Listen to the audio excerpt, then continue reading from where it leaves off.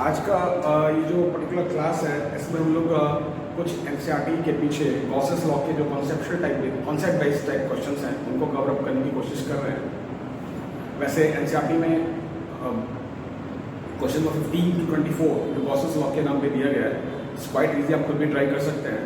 और उसके बाद कुछ आपके 2-3 क्वेश्चन ऐसे हैं, 3 क्वेश्चन हैं जहाँ पे थोड़ा सा कॉन्सेप्ट यूज़ होता है और उसमें हम लोग उस टाइप का जो क्वेश्चन है आजकल 12th बोर्ड्स के लिए तो बहुत इंपॉर्टेंट है ही, और वो जेईई और नीट के एग्जाम से भी आने लायक क्वेश्चन है। तो क्वेश्चन किस तरीके से है, तो उसमें आपके पास क्वेश्चन नंबर 1.28 है।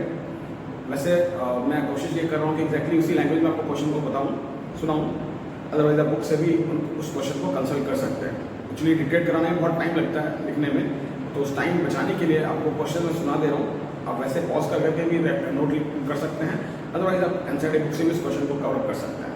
थोड़ा बहुत लैंग्वेज का हेरफेर हो सकता है। क्वेश्चन वहाँ पे एग्जैक्टली क्या कहता है, there is a hollow conductor a having the total charge capital Q on the surface. क्या ये आपके पास एक हॉलो कंडक्टर, इसके सरफेस पे कैपिटल चार्ज क्यू है, and this has a cavity inside. जो हॉलो कंडक्टर का नेम भी दिया हुआ है, this has a cavity inside, and what does the question ask? The question says what is show that the total charge will be on the outer surface of the conductor. There is a hollow conductor having a cavity, and that hollow conductor A has charge capital Q on its surface, and there is a cavity inside, and we have to show that total charge will be on the outer surface of the conductor. In the second case, it has also the second part. क्या है second part? Second part में कहता है क्या, इसमें इस hollow conductor में यहाँ पे कैविटी में, यहाँ पर कैविटी है, इस कैविटी में एक अदर कंडक्टर लेके गए बी, और इस बी के पास चार्ज क्यू है, इस बी के पास चार्ज क्यू है, और फिर आपको शो करना है कि आउटर सरफेस में टोटल चार्ज होगा क्यू प्लस क्यू। What? जिसका सेकेंड पार्ट है, there is then another conductor B having charge small q is inserted into the cavity, and that B is kept insulated from A. That B is kept insulated from A, और आपको show करना है कि total charge on the surface will B q plus q. So once again the total question is what? There is a hollow conductor A having the charge capital Q on the surface and the cavity inside, show that total charge will be on the outer surface. In the second part, we have introduced another conductor B inside the cavity. That conductor B has charge small q and it is insulated from A. Then you have to show the total charge on the outer surface of A will be Q plus Q. It's quite simple. ये boards वगैरह में इस type का conceptual question आता है। सबसे पहले वाले पे जाते हैं। पहले वाले में जो कैविटी है हमारे पास, ये हमारे पास ये कैविटी है। इस कैविटी को ध्यान में रखते हुए हमने क्या किया, ये गॉसियन सर्कल बना दिया, ये आपने गॉसियन सर्कल बना दिया। अब इस गॉसियन सरफेस के अंदर कोई फ्लक्स, ये क्योंकि कैविटी है तो कैविटी के अंदर कोई फील्ड तो होता नहीं है, और फील्ड नहीं होने की वजह से फ्लक्स नहीं होगा, और फ्लक्स नहीं होने की वजह से वहाँ पे कोई चार्ज नहीं होगा। क्यों? क्योंकि गॉस थ्योरम के अकॉर्डिंग क्या होना चाहिए, गॉस थ्योरम के according E dot ds should be Q by epsilon naught. लेकिन अब है क्या, आप लिख सकते हैं क्या, we make a Gaussian surface surrounding this cavity, and since this cavity has no field, so therefore will be no flux, and according to Gauss theorem this total flux should be Q by epsilon. आप जानते हैं इसको बोलते हैं surface integral, जो कि electric flux के बराबर होता है। There will be no electric flux and hence there will be no charge. That means total charge will be on the outer surface. Now we come to the second part. Once we come to the second part, what would be there in the second part? In fact, ये क्या है, ये conductor है, इसके पास charge Q है, और ये cavity. अब क्या होगा, इंडक्शन के कारण यहां पर क्या आएगा, माइनस चार्ज, और ये माइनस चार्ज आया इसके बराबर, -q के बराबर, और यहाँ पे ये रेड से दिखा रहे हैं क्या -q, इस -q के बराबर इंड्यूस चार्ज आया, तो चार्ज को कंजर्व करने के लिए प्लस चार्ज बाहर आएगा, इसलिए total charge q plus q होगा। तो आप इसको लिख सकते हैं क्या,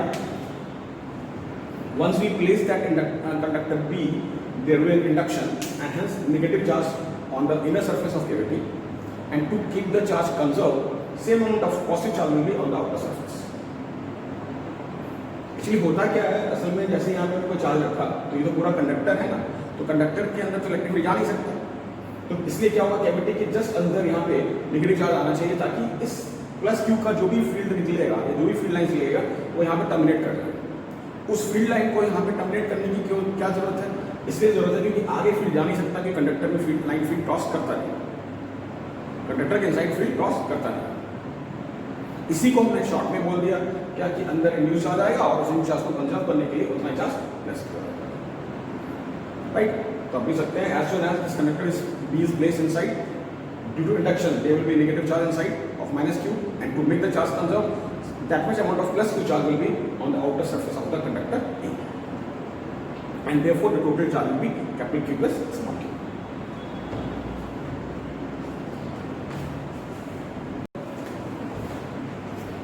जो अगला जो हमारा क्वेश्चन है ये 1.29 है। इससे पहले आपको याद दिलाना है कि 1.28 में जो थर्ड पार्ट है उसको हम ऑलरेडी डिस्कस कर चुके थे थ्योरी में, इसलिए मैंने उसको कवर अप नहीं किया। एक्चुअली वो 1.28 का जो थर्ड पार्ट था वो था कि आपके पास कोई हाईली इलेक्ट्रिकल सेंसिटिव डिवाइस है, उसको अगर आप इलेक्ट्रिक फील्ड से बचाना चाहते हैं तो क्या कर सकते हैं। तो ये हम लोग ऑलरेडी थ्योरी में पढ़ चुके हैं इलेक्ट्रोस्टैटिक शील्डिंग में, और मैंने कहा था कि किसी भी कंडक्टर को अगर आपको इलेक्ट्रिक फील्ड से बचाना है तो उसको आप हॉलो कंडक्टर में डाल दें, या किसी भी सेंसिटिव डिवाइस को, किसी भी बॉडी को इलेक्ट्रिक फील्ड से बचाना है तो उसको आप कैविटी के अंदर डाल दें, क्योंकि कैविटी के अंदर कोई इलेक्ट्रिक फील्ड होता नहीं है। तो मैंने इसलिए उस थर्ड पार्ट को ज़्यादा डिस्कस नहीं किया, ऑलरेडी हम लोग थ्योरी में पढ़ चुके हैं। ये आपका 1.29 है। क्वेश्चन क्या कहता है, a hollow charge conductor has a tiny hole cut into its surface show that the electric field in the hole is, यहाँ पे n कैप क्या है, unit vector in the outward normal direction, sigma is surface charge, n cap is the unit vector in the outward normal direction and sigma is surface charge, right. वैसे कोशिश ये की गई है कि क्वेश्चन का लैंग्वेज बिल्कुल वैसा ही हो जैसे बुक में है, वैसे क्वेश्चन मोर और लेस ऐसा ही है, फिर भी आप चाहें तो बुक से क्वेश्चन कंसल्ट कर सकते हैं। यहाँ मेरा मेन है ना आंसर्स को डिस्कस करना, एक्चुअली डिक्टेट कराना ही बहुत टाइम खराब नहीं करना चाहते हैं, बुक्स तो सभी के पास रहता ही है। अब देखिए क्वेश्चन का सेंस क्या है। क्वेश्चन का सेंस क्या है कि अगर मान लीजिए हमारे पास कोई हॉलो कंडक्टर है और इसके सरफेस चार्ज भी सिग्मा है, यानी कि सारा का सारा चार्ज कहाँ पर है, सरफेस पर। व्हाट वी हैव डन, यहाँ पे हमने एक होल क्रिएट कर दिया, आपको उस होल के अंदर फील्ड निकालना, ये आपको होल दिखाया है, ये मैंने यहाँ पे होल दिखाया।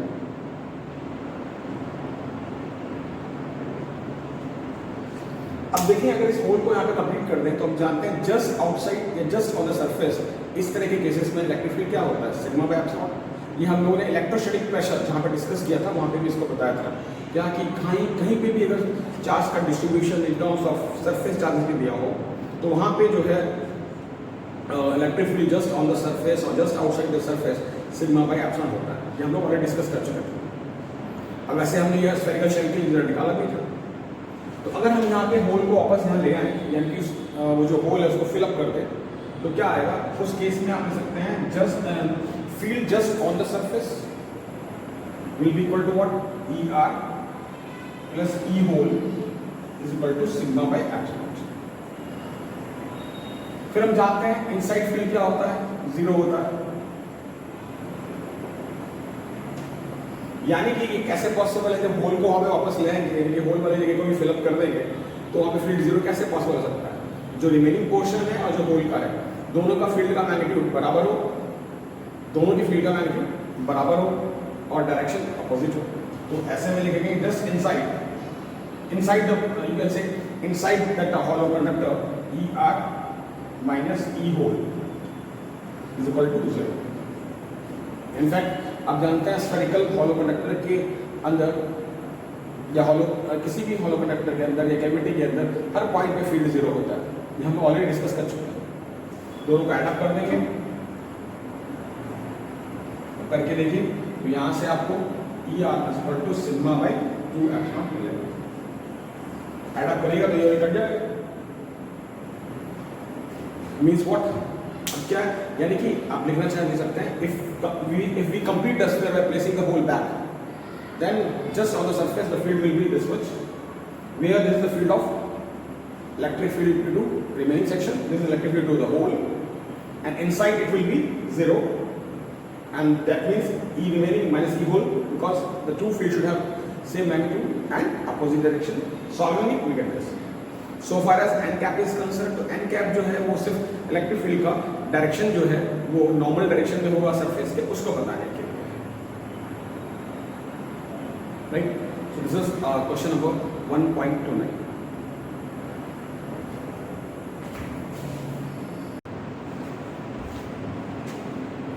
ये जो क्वेश्चन है 1.32 है एनसीईआरटी का। पहले क्वेश्चन का लैंग्वेज सुने। Consider an arbitrary electrostatic field, ये मैंने शॉर्ट लिख दिया, electrostatic field configuration, a small test charge is placed at a null point where electric field, electric field is 0 of the configuration, show that equilibrium of test charge is necessarily unstable। क्या कहा यह जा रहा है कि हमारे पास एक arbitrary electric field का कॉन्फ़िगरेशन है, इलेक्ट्रोस्टैटिक फील्ड कॉन्फ़िगरेशन है, यानी कि कोई भी इलेक्ट्रिक फील्ड है। अब उसमें नल पॉइंट पे क्या, नल पॉइंट मतलब जहाँ पे रिजल्टेंट फोर्स 0 है, यानी कि वहाँ पे रिजल्टेंट इलेक्ट्रिक फील्ड 0 आएगा। अगर आप बहुत सारे सिस्टम का कोई कॉन्फ़िगरेशन लें, कोई अरेंजमेंट लें फील्ड्स का, तो मान लें रिजल्टेंट फील्ड 0 है वहाँ पे, तो वहाँ पे किसी चार्ज को रखेंगे तो उसके बाद फोर्स क्या लगेगा, 0, तो वो तो आपका नल पॉइंट हो गया। और वहाँ से अगर आपने क्या किया, वहाँ पे टेस्ट चार्ज को रखा है और आपको बताना है कि वो जो टेस्ट चार्ज का जो इक्विलिब्रियम है वो क्या है, अनस्टेबल है। सबसे पहले तो हम ये समझें कि अनस्टेबल से क्या मतलब है। 11th क्लास में हम लोग पढ़ चुके हैं कि इक्विलिब्रियम से मतलब क्या, किसी भी सिस्टम में जो भी उसका मेंबर है, जो भी उसका कंपोनेंट है, वो जहाँ है वहीं का वहीं रहे। अब यहाँ पे क्या है, वो टेस्ट चार्ज अगर इक्विलिब्रियम में है तो अनस्टेबल का मतलब ऐसा इक्विलिब्रियम जिसको हम डिस्टर्ब कर सकें, और स्टेबल का मतलब जिसको हम डिस्टर्ब ना कर सकें। तो इसमें क्या करते हैं, इससे सबसे पहले मान लेते हैं कि वो चार्ज स्टेबल इक्विलिब्रियम में है। जैसे अगर मान लें ये कोई पॉइंट है, ये कोई पॉइंट हमने यहाँ पे लिया, अगर इस पॉइंट पे ये पॉइंट नल पॉइंट है उस इलेक्ट्रिक फील्ड के कॉन्फ़िगरेशन का, यानी कि जो भी रिजल्टेंट इलेक्ट्रिक फील्ड है वहाँ पे 0 है। अब वहाँ पे अगर आप टेस्ट चार्ज को मान लें कि इधर मूव कर रहे हैं, इधर मान राइट की तरफ मूव करते हैं, तो there must be restoring force जो उसको वापस अपनी जगह लेके आए। और ऐसा होने के लिए यहाँ पे इनवर्ट फ्लक्स होना जरूरी है। अगर हमने यहाँ पे कोई गॉसियन सरफेस बनाया और गॉसियन सरफेस इस पॉइंट को ध्यान में रखते हुए, कौन से पॉइंट को, नल पॉइंट को, तो there should be an inward flux to bring that charge back. But we know that what flux related to the closed surface having no charge is 0। तो यहाँ पे कोई चार्ज तो इनक्लोज नहीं था, तो इनवर्ट फ्लक्स यहाँ पे होने का मतलब ही नहीं। So that charge must be in unstable equilibrium. दोबारा बता दें, जैसे ही आप उस, जैसे मान लीजिए टेस्ट चार्ज है, ये नल पॉइंट है, यहाँ से आपने इसको शिफ्ट किया तो पीछे की तरफ एक रिस्टोरिंग फोर्स लगना चाहिए। रिस्टोरिंग फोर्स कौन, वो फोर्स जो इस चार्ज की पोजीशन को मेंटेन करा सके, यानी कि एक इनवर्ट फ्लक्स होना चाहिए। अब इनवर्ट फ्लक्स के लिए वहाँ पे कोई ना कोई चार्ज होना चाहिए, लेकिन अगर वो जो नल पॉइंट को ध्यान में रखते हुए अगर हम कोई गॉसियन सरफेस बनाएंगे तो उस गॉसियन सरफेस के अंदर कोई चार्ज इनक्लोज तो है नहीं, तो उसका कोई फ्लक्स होगा नहीं, there will be no inward flux possible. अब इसको लैंग्वेज में लिख सकते हैं that let that charge be in a stable equilibrium and if that charge is displaced from its null point there must be a restoring force to bring that charge, कौन सा चार्ज, test charge, to bring that charge to back to that point, and for this we need an inward flux. We need an inward flux. However, surface enclosing surface having no charge enclosed, the flux is not possible. And hence, if you make a Gaussian surface over here, considering that null point, there will be no flux, and hence that test charge should be in what, unstable equilibrium. क्या मतलब समझा दिया मैंने कि जैसे आपने test charge को move किया, उसको वापस लाने के लिए आपके पास कोई ना कोई फील्ड होना, कोई ना कोई फ्लक्स होना चाहिए, फ्लक्स के लिए फिर कोई ना कोई चार्ज होना चाहिए। लेकिन यहाँ पे जब कोई गॉसियन सरफेस बनाएंगे इस नल पॉइंट को ध्यान में रखते हुए, तो कोई चार्ज तो यहाँ दे नहीं रहा है, तो इसका मतलब उस गॉसियन सरफेस के अंदर कोई चार्ज है नहीं और इनवर्ट फ्लक्स पॉसिबल नहीं हो सकता। इसका सेकेंड पार्ट मैंने डिस्कस नहीं, यहाँ लिखा नहीं है, दूसरे पार्ट में डिस्कस कर दे रहा हूँ। सेकेंड पार्ट में कहा गया है कि क्या verify the similar result for configuration of two similar charges with same magnitude and same sign kept a distance apart. यानी कि सेम रिजल्ट को, अगर इस क्वेश्चन को जाके एनसीईआरटी से पढ़ भी सकते हैं, सेम रिजल्ट को कंफर्म करना है या डिस्कस करना है किसके लिए, एक सिस्टम ऑफ चार्जेस के लिए, सिस्टम ऑफ चार्जेस के लिए जिसमें कि चार्जेस का मैग्नीट्यूड सिमिलर है और डायरेक्शन मैग्नीट्यूड सिमिलर है और साइन भी सिमिलर है। जैसे अब कैसे, अगर मान लें हम ये दो सिमिलर चार्जेस ले लेते हैं और यहाँ मिड पॉइंट पे हमने कोई चार्ज टेस्ट चार्ज ले लिया,